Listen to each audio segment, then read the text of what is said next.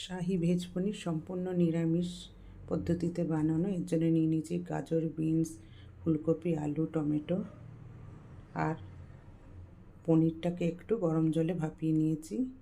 আদা বাটা, মটরশুঁটি, কাজু আর কিশমিশ আর পোস্ত, এগুলোকে সব একসাথে আমি একটা পেস্ট করে নিলাম। দুধ,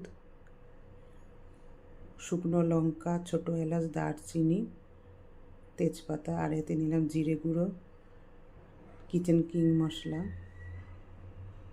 আর কাশ্মীরি লঙ্কা, একটু আমুল বাটার আর একটু কেওড়া জল লাগবে। আর এতে শাহি গরম মশলা আছে।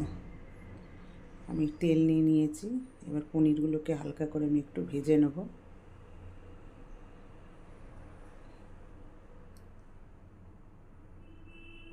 খুব কড়া করে ভাজবো না, তাহলে এর মধ্যে রসটা ঢুকবে না। একটু হালকা করে ভেজে নিলাম পনিরটা। এবার আমি সবজিগুলোকেও ভেজে নিচ্ছি, সব সবজিগুলো এটাকেও একটু আমি হালকা করে ভেজে নেব।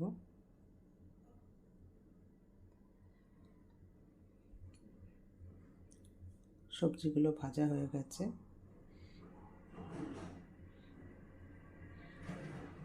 আমার পনির আর সবজি দুটোই ভাজা হয়ে গেছে।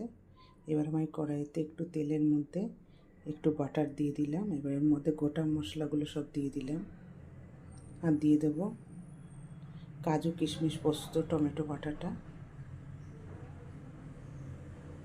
এটার একটু ভালো করে কষে নেব।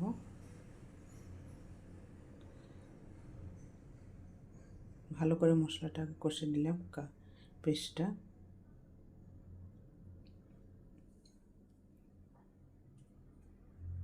এবার এর মধ্যে আমি দিয়ে দেবো সবজিগুলোকে, দিয়ে ভালো করে মিক্সড করে নেব। সব মশলাগুলোর সাথে সবজিগুলোকে ভালো করে ভেজে নেব, একটু কষে নেব। এতে দিয়ে দেবো একটু মশলার জলটা।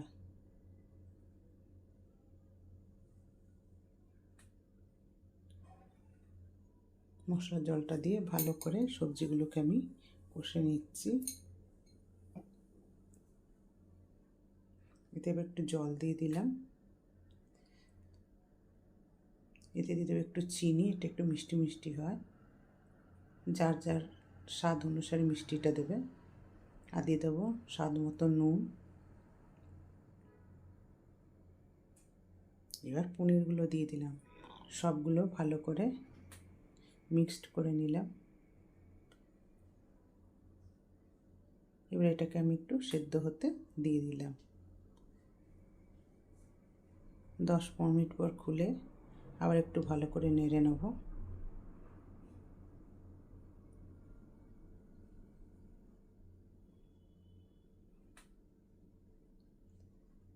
এবার এর মধ্যে দিয়ে দিলাম একটু কেওড়া জল, অল্প একটুখানি।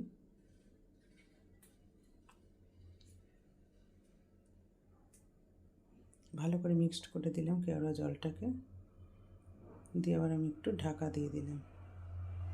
আবার মিনিট 5 পর খুলে আমি এর মধ্যে আমি দিয়ে দেবো এবার দুধটা।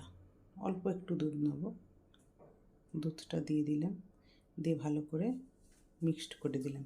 এটা একটু সাদা সাদা রঙের হয়, তাই আমি এতে হলুদ দিইনি।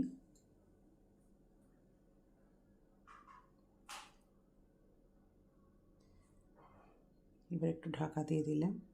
আমার শাহি ভেজ পনির তৈরি। এবার আমি এর মধ্যে দিয়ে দিলাম একটু গরম মশলা গুঁড়ো। আর চাইলে কেউ একটু এতে বাটারও দিতে পারো। আমার শাহি পনির একদম রেডি। তোমরাও একবার ঘরে চেষ্টা করে দেখতে পারো। খুব সুস্বাদু হয় খেতে। লুচি, পরোটা সবার সাথেই খাওয়া যায়। শাহি ভেজ পনির।